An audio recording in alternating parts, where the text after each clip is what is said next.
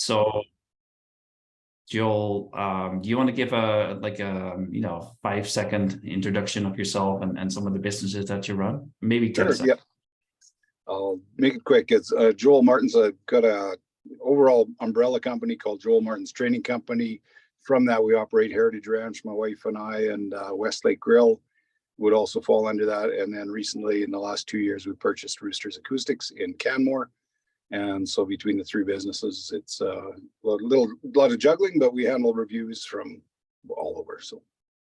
For sure, right? So yeah, we thought it would be neat to get Joel on the call, is because he has a lot of experience, so you can kind of see he'll have some hands-on information about what to do and what not to do. So thanks for joining. So the other people on the call, I'm Peter. I'm the owner at Edge. We have Robert. He'll be talking about some of the review stuff as well that he's working on, and then we have Katie, our content strategist, and she'll be moderating the chat. So thanks everybody for coming. So we just want to, today the topic is like the importance of online reputation. When I say online reputation, is everything that people see about you online. So it includes your social media presence, of course, but like Joel already mentioned earlier, like the actual reviews are a really big part of that. And there's a lot of benefits of having good reviews and having good online reputation, of course, because if what people say about you online really matters, and in a lot of cases it will influence them to go to your store, to actually contact you, right? So Joel, like of the three businesses that you mentioned, so we have Heritage Ranch, we have Westlake Grill, and we have Roosters Acoustics. Yep. Is there one business that benefits more from reviews? I think the one that we get the most visits, I believe, to the page is the Heritage Ranch, and that's probably our, that's the biggest benefit. People traveling through, they'll flip onto that, see it's a decent place, and pop in, and they can also get some background on what else is going on. Some people will come in and say the food was amazing. The next day I'll say the pony rides were great, or else the trails are fantastic to walk around. So we get a good kind of cross section of stuff coming in from that.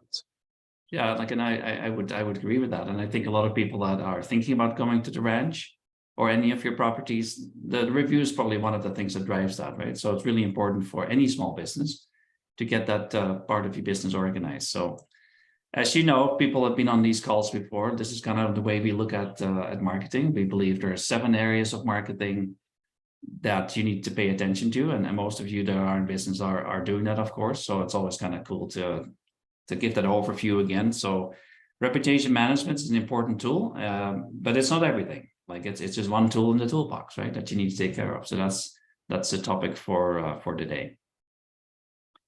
So why your online reputation matters? Well, people trust online reviews as much or more as a recommendation from friends, right? So that's really okay. Am I sharing my screen? I'm not sharing my screen. No. Okay, thanks, Robert.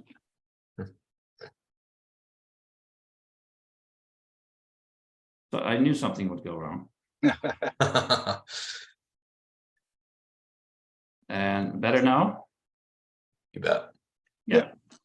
Yeah. So people trust reviews online. We already talked about that. And before they do anything, before they even contact you, they have already have an impression about what you're all about. And I think that's the biggest thing that has changed in marketing, I think, right, Robert? Like the fact that they do the research.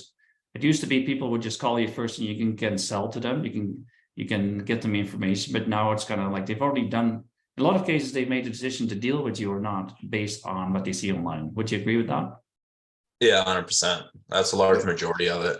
We'll kind of touch base on it a little bit later on as well, but especially nowadays where everything is so accessible from mobile phones, where that's what a large majority of people now use to search from any kind of information, right? If you're just sitting at home or you're out on the road, right? It's a lot easier now, and Google's made it easy too for you as a customer to find what you're looking for and make those reviews a big part of your buying decision. Yeah, and so then the third part of that is actually negative reviews. Like we all, let's be honest, we all have them from time to time, and so we're going to chat a little bit about that as well, like how you can kind of manage that part, and basically don't worry too much about just this one negative review necessarily, right? Like it's important to deal with it, but as long as you're aware of it and you're dealing with it, that's like 95% of the resolution in a lot of cases. Did you want me to speak on that a little bit? Or? Sure. Yeah, go ahead. Yeah, sure. I think one thing that I've learned right from the beginning, like we were on Facebook and Twitter when it was still cool way back, and just over the years we built really good relationships with a lot of our clients. So we did have, that was kind of one preemptive way, so we would get a lot of feedback from them directly. So we try and catch a problem before it became one.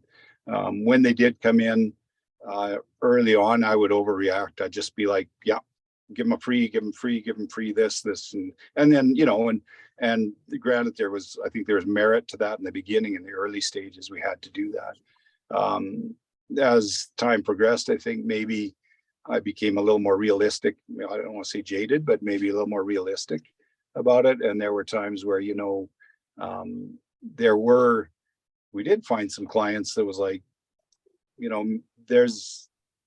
and very politely, I just kind of, we appreciate you coming here with, there are individuals that don't appreciate, or that's not even the right word, that there's another restaurant. I'd maybe list off a couple of restaurants that I felt would be really suitable for them, and just trying not to be condescending in that, watching my wording, going over it 5 times or 10 times, letting it sit for a few hours, and then going back and sending it out. But just kind of gently going, there are clients that fit our demographic perfectly, and we win them all the time. But it seems to be the ones that are on the peripheral that, something there that it kind of comes down to money. That's kind of one thing I watch for in reviews. If everything, there's a lot of really good points. They point out the great food and everything else, and then all of a sudden it comes down to like price. Well, then I'm not as on edge about it as something that's just like very specific and it's direct, and it's like, this was a problem, and I'm going to fix it. So, and getting in touch with them, like not being afraid of just being yourself. But that's often preemptive too. We have, I'll get a message from somebody that there was a big problem, and it's quite dramatic, and then I phone them up in person, and they're like, yeah, we just thought you should know, this was quite what it used to be. And oh yeah, okay, well, why don't you come in for brunch, and we'll pay for your brunch next time. Oh, that'd be great. Yeah. Oh, really? You do that? So basically they've calmed down a little bit. They were just, and that's a good point, Joel, you bring up. Like, so we're all very proud of our business, right? Most of us, we think we do a pretty amazing job most of the time. Do we drop the ball from time to time? Of course we do, but so, and if you do, we admit it, right? It's like, so the honesty is a really good thing, Joel. Be real about it, but also don't overreact. And I like the way you approach that, and kind of, think it through before you get onto this reply button, because we're all emotionally charged with, some, we go like, well, this is ridiculous, this comment, right? And in some cases it is kind of ridiculous, but we shouldn't react like that. We should always, take the high road and be respectful. Yeah, I feel like it's a really big part of your feedback loop, and it's the easiest way to get feedback. I feel like, you really don't have to, you can mine it a little bit, but it comes to you automatically. And sometimes it's the really good stuff, and sometimes it's the dark stuff that you got to fix. If I can just go into one other side there, I think something I noticed very early on, I guess it's probably 30 years ago, I worked in a t-shirt shop in Victoria, and I was managing the shop. It was a silk screening shop, and I was always very careful about what I said about any customer. Anybody came in, I always stayed like super positive and just suppressed all my whatever, but it would be like, just stay positive. And then one time I said something to one of the staff members, and it was just like, after that, the culture in that room changed, and all the staff were looking for that thing that a customer did, and they would pick on that thing and they'd bring it out, and and it was a big lesson learning point for me that I couldn't let my guard down for that, because once you open that floodgate and your staff goes that direction, your Yeah. culture can change very quickly, and Yeah. it doesn't take much apparently. So Yeah. you also are, your testimony to your staff members as well as you are to your guest, for sure. Oh, absolutely, right. And that's actually an important part of marketing nowadays is to create culture with your marketing, but also, like make your staff proud of what you're doing, right? Because that's for what sure. people are looking for. They want to work for a company that's taking care of its clients, that is, honest and ethical, and has a higher purpose almost, right? So that's kind of cool. Like, so just a quick pause here for some of the participants. Is there anything that stands out for you, or questions that you have, or things that you want to share? Like, we're a small group, so we can definitely do that. I want to open that up for you. If not, we'll just, like what we've seen with a lot of our clients is that, they may not even know like some of the challenges that they run into. In some cases, they may not even be aware that what people are saying online, right? Like, they don't have access to the, like, Robert, what are some of the review platforms that these people should pay attention to? Yeah, for sure. So some of the big ones, for sure, Google is by far the biggest one. I would say that's probably 90% of where you should look at where people are putting reviews for your business on. And then there's the social media ones as well, right? Like, there's Facebook is a big one as well. And then there's some ones that are kind of neglected, that are less known, but still hold a really strong value for your company online reputation, which is like Yelp, Bing, and even YouTube, right, is starting to come out with some review sections for businesses coming up. And that's something that might be released later on in the year or early next year, but they're understanding the importance of transparency with brands and how customers engage with them. So they really want to just drive that up again as well on YouTube, which is a video platform. It used to be always, written, right? Or a picture here and there, but now they're making it more live as well. So, which is unique to see, but it's definitely important for you as a business owner to stay on top of that and see what opportunities are there for you to utilize that to your advantage. Mm-hmm. Yeah, thanks for clarifying that, Robert. And I think another thing is that we've seen sometimes we're fearful about what other people are saying about us online, so we choose not to look at it. Yeah, which is probably not the best strategy, right? So for a small business that can hurt you, right? So it's good to stay on top of that and just manage it. And we'll look at that in a little bit here, how you can do that. I feel like there's sometimes too where I don't respond right away because or at least earlier on, I wouldn't respond right away because my first reaction wasn't always great. And so I wanted to think about it. But what I've found over time is, the first response can be simple. You don't have to make a big commitment. You just, what, our team meets every Tuesday. We're going to talk about this, and then we'll let you know what we come up with on Wednesday or the next day or whatever, so that kind of cools things down. They know you're talking, they know you're working on it. And as long as you communicate, I think you can take a lot of pressure off. And then kind of dealing with that bad spot right up front. I think we dropped the ball here, just say it. And that they go, they're just going like, yeah, you did. Okay. And now you're going to do something about it. Yeah, I am. Oh, absolutely. Right. Don't go into defense mode and say, hey, because in the case of reviews, like, the customer is always right. And the benefit of that is too, Joel, is for the rest of the team. If you leave a review when you're dealing with a negative review, for example, it solves the customer's problem who you just solved, who had the bad experience. Yeah. But it's also the longevity of future customers that are going to read your response that's going to rebuild that trust and build that authority with you as well, saying, okay, yes, there was a bad experience here, but at least the business went out of their way, provided them an option to fix it. I think, and I guess if you go back over my reviews, there's probably some bugs back there, but I feel like, if somebody has left me a review that is like 3/4 of a column, or like it's a really long review, and you deal with it in a way that kind of engages some of the points that are there, or you try and get them to contact you in person. the response is sometimes enough as well. There's certainly things that have come up that I didn't, maybe I was present, or there's extenuating circumstances. I think of one case that was on somebody else's page, but I had to kind of go, just for the readers did a note to the readers for context and gave some background, because I'll guarantee you that's not always coming out. And yeah, it was a sticky situation. It was something that was a little unrelated to the business specifically, but I just felt like, there should, I don't know quite what the right response would have been, but I feel like it was handled in a way that, anybody reading it, I guess that's how I kind of look at it. Well, somebody reading it would go, okay, well, there's more to this story, and the rest of the reviews are amazing. So I'm gonna go. I'm gonna become a person, because I think there's the option, the other alternative where you mentioned being honest, but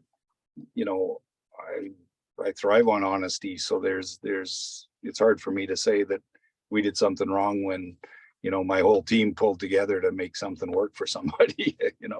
So I'm going to, in those situations, I try and defend the team as well. There's definitely nothing that happened was intentional.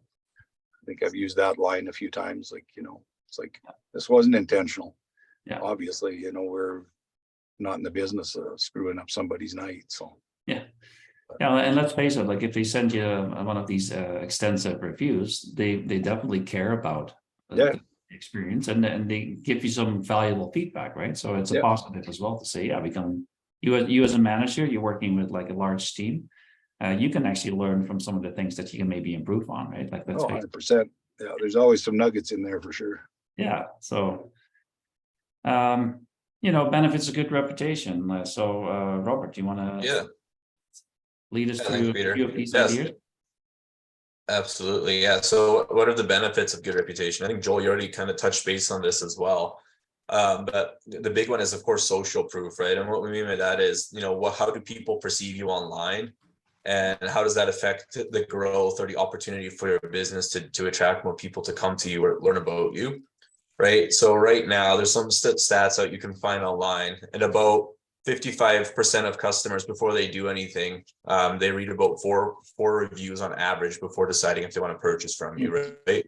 So that just kind of shows you how important it is, a good reputation is for good social proof as well. And in turn, that improves your credibility online when they're comparing customers or business A, B, or C. And then it increases visibility. That kind of ties into the SEO boost. So ranking factors, so reviews plus social engagement. Organizations like Google do thrive on that. And the reason for that is because they are in the business of providing customers with valuable information to use their platform more often as well. If they can direct people to find good information that encourages them to then follow through with that and not go to different platforms again, they also thrive from that. So they give your business a boost in ranking factor and ranking when people look for your businesses, right? Because even if your website ranks really well as well, but there's a lot of bad reviews, most people go a different direction. So it's very important to boost that part of your reputation online. And like Joel, you mentioned earlier, you can learn from customer feedback, right? That's the big one as well. You can continue to improve your reputation online. And if it's, ugly, right? Sometimes it is. You can use that information long-term to provide a better, experience for new customers coming up, and let people know, yes, we made a mistake here, or yes, there's an opportunity here, but this is how we're going to fix it. Yeah.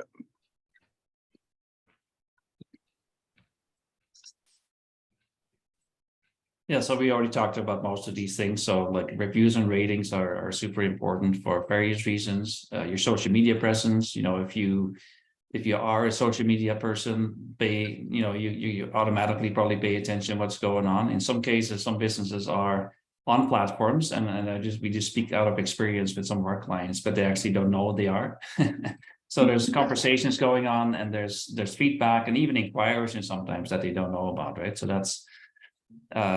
if you're not on social media, it would make a lot of sense to at least have a basic presence on some of the main channels. So at least you can capture that. So Yeah, And I would just say, like, for reputation wise, I think the biggest thing for us is just, when those Facebook posts, when we're putting stuff out or whatever, you want to read through that a few times, because, and again, as the viewer, because they can misinterpret something that you're saying or whatever. So, taking that extra time before you do your post, just making sure that it's communicating the message properly, and whatever it is you're putting out there, and that it's well thought out. yeah, no, exactly. And then you're really good at social media as well, Joel. So we may have to ask you back for another webinar about social media. It all kind of ties together, doesn't it?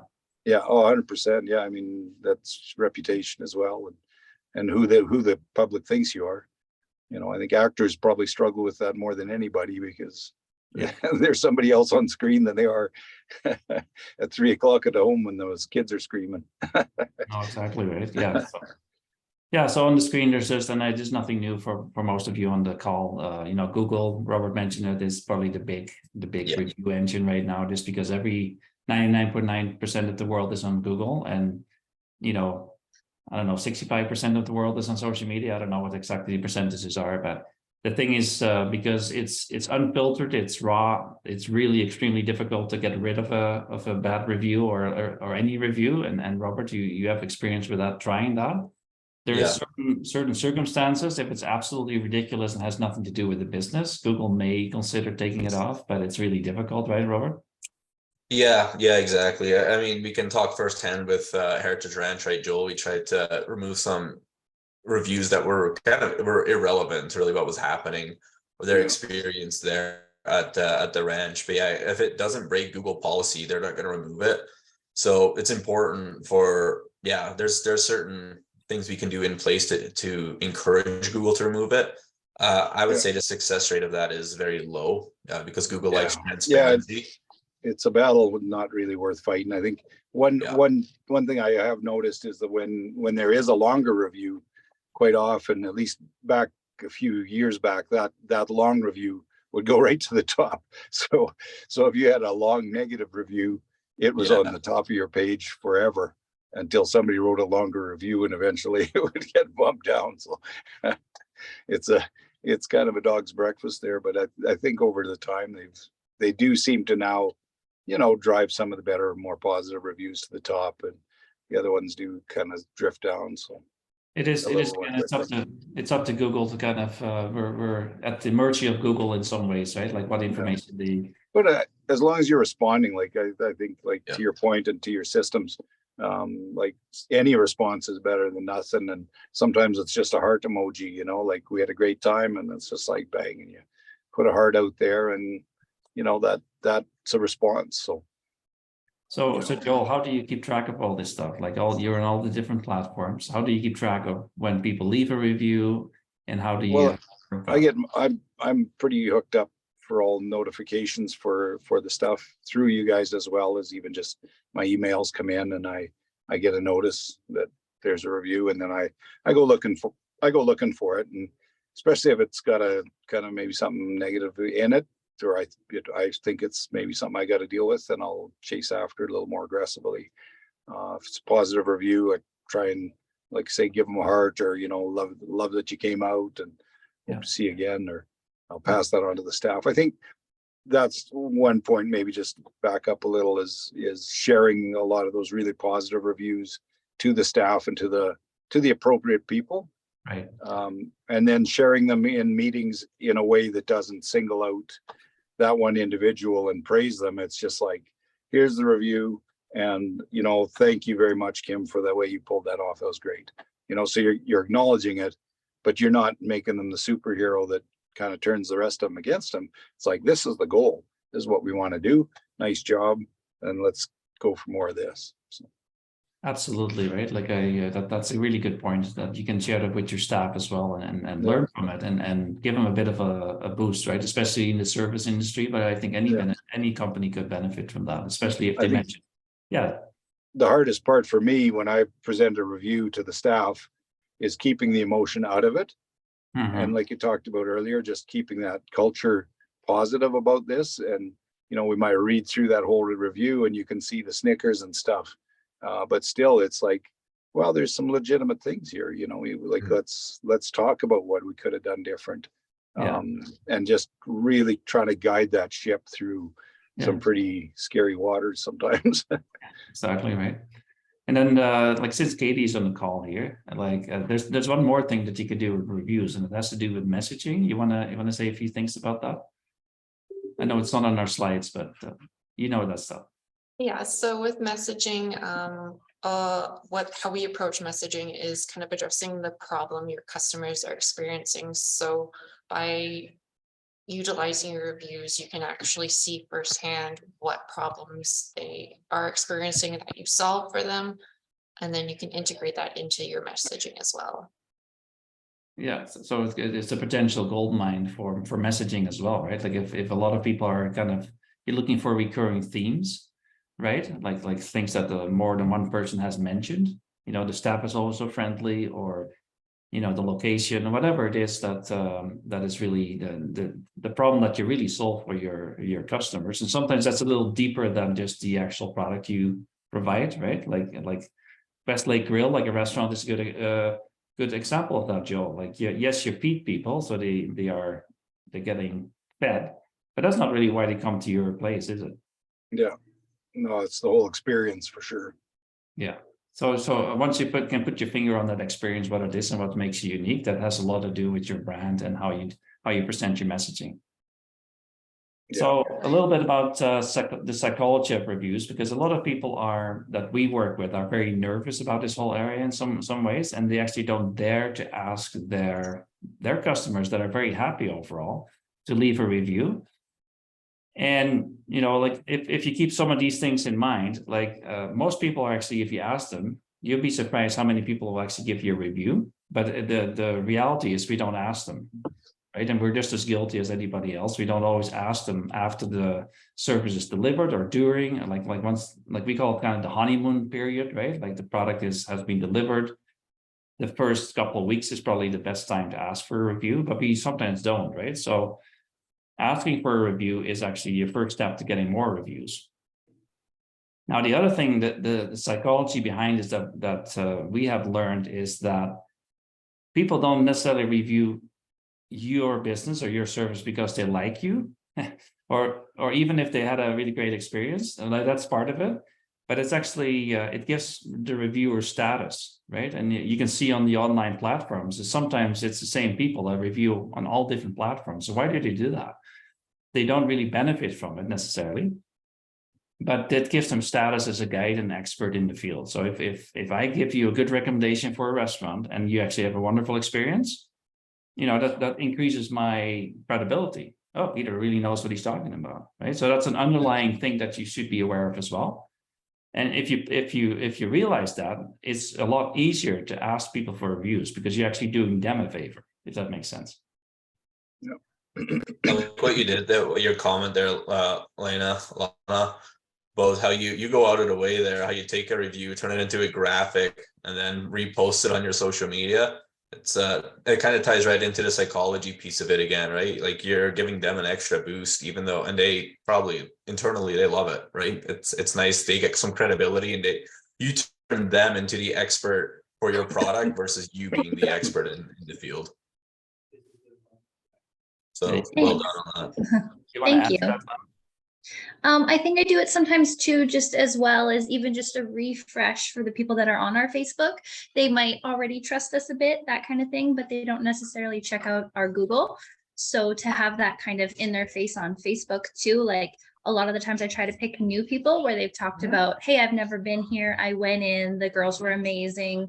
I try to pick the ones where they talk more about the experience. We already have very good products, but I want to sell the experience at the same time of the fittings and everything. So I try to pick those ones.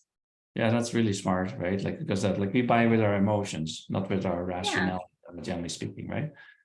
Yeah, that's excellent. So they're all good things. So ask for reviews and make it really easy when you ask for reviews. Like we have some of our clients, we actually have automated this process. So we have a template ready. And, you know, as soon as they have a interaction with the client, all they have to do is send an email or a text or something that's really easy to respond to. And that's another way to actually capturing it at the moment that you do that transaction. So negative reviews, we already talked about it a little bit. And again, we're all kind of a little bit nervous about them, but you can turn it around and actually use them to your advantage. And of course, if you have consistently 1-star reviews from everybody, there's probably something wrong with your product or service. So no process or no marketing will of course fix that. But most cases, people don't ask or look for perfection either. They know and especially if you can brand your company as more human, you know, and social media and some of the other things really make that possible. You can be yourself, you can be your own personality. People really appreciate it, but because in the end, people buy from people still, right? I don't care what technology they're on. It's about the people that deliver the product and the people that are behind the company that really people are interested in. So transparency is really important. Perfection is not necessarily the goal. Even, you know, like if you have consistently 5-star ratings on everything, people, what happens do you think if that's if you only have 5-star ratings? People become a little suspicious, right? It's almost what is the magic number, Robert? I think we've done some research on it. Yeah, I think it's like I think it's 4.7, I think is the magic number. I think something like that. Yeah. Yeah. So anyway, don't worry too much if your rating is 4.8. That's excellent, right? Yeah. Like if it's 3.2, maybe there's some room for improvement. Maybe you should pay attention to a few things, but yeah, that's another thing to kind of put you at ease that, you know, nobody expects that you're going to perform each and every time. We already talked about some of the big platforms, Google, Facebook, Yelp. You know, Yeah. although we don't really in Canada anyway, we don't pay a lot of attention to Yelp. It's still a pretty big player, and especially when it comes to the SEO, to being visible online, to rank better with your website. And then TripAdvisor, like, and again, asking Joel here because you have firsthand experience in the tourist industry with that. Like what's the status of TripAdvisor right now as a review platform? Yeah, it does seem to. It's like it was really influential earlier on, but it seems to kind of in some ways run its course. I don't pay as much attention to it now as I used to. It used to be like, you know, that's where if I was going to overreact, that's where it was, because it seemed like a world platform to me. But it seems like it's a little more niche now. So I don't see as many reviews, and it was similar too. It seemed to end up to be a place where, you know, if somebody had a problem, that's where they'd go. Like, you know, you had thousands of people coming through the place, everything was amazing, and then you had this one guy kind of that didn't have a good time, and he's got to express himself. So we do have, if I may just interject, we have through our booking agent as well, like we use a booking system, and a lot of people, if they booked online through this system, then we get the review right away, and it's more personal, it's not public, and it's a little trickier to respond to, but it gives instant feedback. It asks for feedback and stuff, and it's been very effective too. So okay, so then that you actually force people, or you offer people to review it right at the moment. Yeah, I think they get a notice after they've been to the ranch for a date night or whatever. Then they'll get a, you know, did you want to review this? And that's through Resgo, is through the brand company we use. Yeah, that's a very good example of a tactic or technology that you can use to actually get more of those reviews quickly. Yeah. Right? I mean, they want to express themselves regardless of one way or the other. You know, they want to share what their experience was, whether either way, and then that gives them an outlet, and it also opens a door to, you know, to accept some responsibility where it's required. You know. Yeah, exactly. Yeah, thanks for sharing. Yeah. Just going back to Lana's point about cross promoting the reviews on different platforms, just because there's so many different platforms, not everyone's on the same ones. So it's definitely a good idea to like repost those reviews on your social media or on your website, just so more people can be exposed to those positive reviews. Okay, yeah, thanks for clarifying that, Katie. Yeah, so we already talked about most of these things. You want to make it super easy. You know, in some cases, like if you're more in the industrial business, of course, then you may not be there at the time of delivery of the product or service, but make sure that you have a system yourself that's easy, like as simple as an email template that has the link to the Google review site right baked into it. So all you have to do is click on it and do it. So that makes it easy.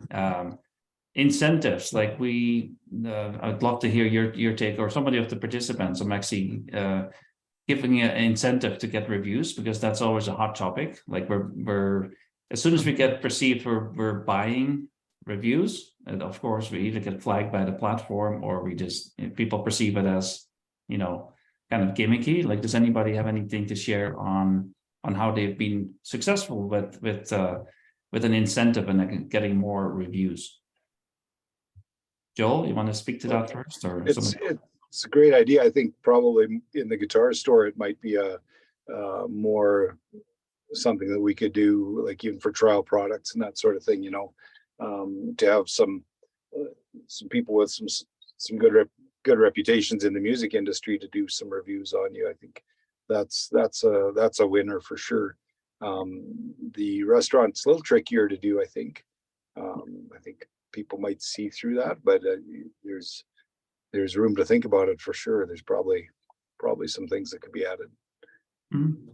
Yeah, so this is a really great slide and a great area to focus on to generate reviews, because roughly 80% of people, they don't trust old reviews anymore, because today's world is so fast moving, right? So if a review is a couple months old or a year or two old, and you haven't really dedicated or invested some time on generating some new reviews, I'd highly recommend it, because you have to know nowadays people look for new information for online reviews, right? It's how they do a lot of their shopping and decision making. They base it on the emotions. And the other factor is, right, if you have activity on those accounts, again, it's an SEO or a boost for your properties online to rank better as well, because the systems realize this is an active account. People are actively using this business within a specific industry or product. So when somebody does look for it, they are more likely to, promote your business near higher ranks on Google, for example, or anything else, just because Google realizes, for this example, that, hey, this is an active business. They're getting reviews. People are using it. So they do give you some credibility there as well again. Yeah. So make sure it's easy to do, and encourage people to leave reviews, because it does have a long-term effect. I think I'd be a little bit reticent to do incentives in some ways, because I'm just thinking for myself, but for that one individual that I've had to ask, for a review, and here's a coupon for dinner or whatever, I would feel, even for that one individual, I'd say, well, that would kind of be a little bit off-putting for me. So I'd use extreme caution on that one. I think but that's just my input. I don't. Maybe. Yeah, the restaurant one would be harder, Joel, for sure. But like, for example, like a more consumer product, like guitars, right? Or that's more easier to do when you get reviews. You can say, come in and we'll give you some kind of percentage or some kind of perk, right? You get a t-shirt or whatever it is, right, with it, or something that just gives someone a little bit of hype, right? A little bit of excitement, and it doesn't have to be a lot. But... Yeah, I think if they've engaged with us in the store too, we've often taken videos of guys that are playing when they come in, and then we post that on Instagram, and then that you've built that kind of tight rapport. I think in a case like that, I would feel comfortable asking them, giving them something and asking them. So it's just handled tactfully, I guess, is all. Yeah, exactly. It's cool. Exactly. Yeah, you got to be careful. So Lana, she shared like a gift card that you guys give away every month. Is that for, like, how do you enter that draw? Just at the till when everyone pays, if they pay with debit or cash, we give them a little draw slip. They put their name and their phone number, and then we put it in the box at the till, and then we do a draw every other month. So I think that maybe we should do that like with reviews, even if I'm thinking maybe if I notice someone's had a really good interaction, a purchase, maybe even if I just did like little business cards that were like, please leave us a Google review. I hand that out or something, and maybe on there says like every other month we do a draw for a gift card, because then you're giving them that incentive, and then I feel like we're most likely to get it back. I won't give it to everybody, but maybe I could just give it if I know that we've made an impactful kind of emotional connection, good sort of day with them. Yeah, That maybe is try actually, that. yeah, that's a good idea. That's a good idea, right? So the other way I've seen people do it, like to kind of circumvent some of the guidelines on the platforms, to make a donation to a charity. So instead of now we're kind of bribing, like in a good way, an ethical bribe. We actually say, hey, we're going to donate for every product that goes to the Rotary Foundation, for example. Yeah. So that's, again, it's the same effect. People are more motivated because you're doing something good, but then at the same time you capture that. Yeah. What about QR codes? Has anybody dabbled with that for reviews? Yeah, it's definitely like we've actually just working with somebody on kind of doing that, not quite reviews, but a similar approach.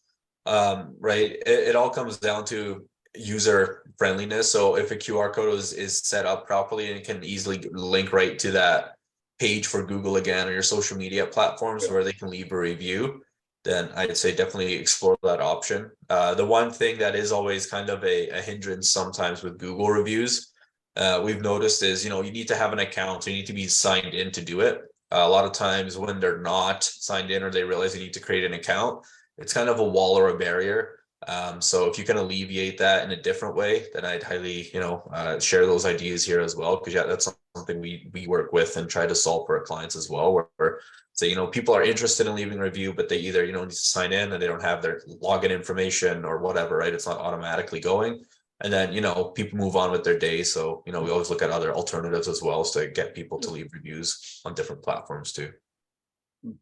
Like one thing I've seen in several retail situations is a iPad on the counter with the review option. So after they pay, because like we all have good intentions to review everybody, right? Because great experience. I'll review you in the morning, but that morning never arrives, right? Like we never actually do it. So some retailers now have gone to it's a very simplified. It's not necessarily actually even hooked up to Google, I don't think, Robert, but it's something that people can just gauge the, like leave a quick review, and it takes them only, and they almost feel at that time, they feel obligated to give back to you if they experience this great experience. So that's another thing that you can experiment with. I've seen people successfully do that, but whatever you can do to make it as easy as possible, and then be intentional about yourself. So you pay attention to what people say online.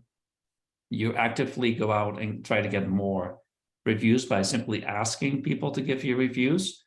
If you can build a bit of a system into your sales process that automatically or semi-automatically reminds you, hey, we've done this great big project now, and it went really well. So why don't we use that as a review? And so make it part of your process. And another thing you can do is just right from the beginning, and especially if you work with larger products and larger investments, make that an expectation. Like in the sales conversation, sometimes we mention, once we complete this project for you, would you be willing to even either refer us to other people that have the same problem? And we kind of thrive in reviews. So at some point we'd love to have a review. So then the next time when you come back to them, say actually with the ask of the review, then they're reminded that Peter has asked them at the beginning. That was kind of an expectation. And again, psychologically, we are committing to something, and then there's a higher chance that we're actually following through on it. So any final words of wisdom there, Joe, on any of this? Well, I just want to make the point, I guess, to not underestimate how much value the reviews have internally with the staff. Yeah. We did a thing for a while. The servers at the table, when they heard, we had a sheet in the back, it just said awesome, and so every time a server heard the word awesome on the floor, they'd come back and and the cooks could all see it, and so they'd mark it off, right? And as that wall built and grew, like you could just see the cooks were all of a sudden super enthusiastic about their job, and they're going for that awesome, and they're making little extra adjustments on the plate. So I think that happens psychologically to ourselves as well. And you know, those reviews, maybe we don't realize how much they do influence us and give us that good positive feeling, like, yeah, what I'm doing here matters and people are digging it. So yeah, I think it's thanks for sharing that. It's nice to just kind of absorb it sometimes and enjoy those good ones. Exactly, right? Because let's face it, like a lot of our reviews are negative, right? Necessarily. If people are happy, they may not always give a review, but if they're not happy, so you need to kind of balance that out. So they're all very good points. So again, I don't want to take too much of your time. We're hitting the 48-minute mark here, so I know you're busy. Is there any additional questions or topics that we've missed that you would like to discuss? One that we get from time to time is, well, what platforms, should I focus on as a small business? Because there's so many out there, right? For social media platforms, especially. We always recommend, start by going where your core audience members are, right? So if they're on only 2 platforms, focus on building those out the most, and don't stress about going on, 5 of the other platforms that are barely used by any of your audience members. And put your efforts as to where you think it's going to be most beneficial. And at the same time, look at the investment, right? Like the shelf life of some of these reviews that you get. Are they going to be a long-term positive effect for you, or is it going to be very short and it's going to be moving on? So how much time you want to invest in utilizing some of those platforms as well. Again, so we always say focus on the ones where your audiences are, and just focus on, let's say if it's 2 or 3, just stay with those 2 or 3 and don't feel overwhelmed that you have to use all the other ones too. All right, any other questions or thoughts before we close it off here?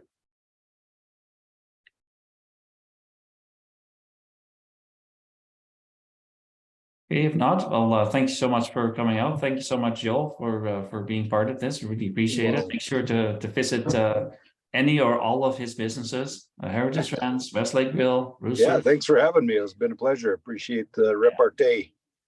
You betcha. So, okay. So yeah, if anybody has anything else, we'll stick around for a couple more minutes here. But thanks for coming, and we'll hopefully see you soon in the next webinar. Cheers. Thanks, Peter. See you. See you guys.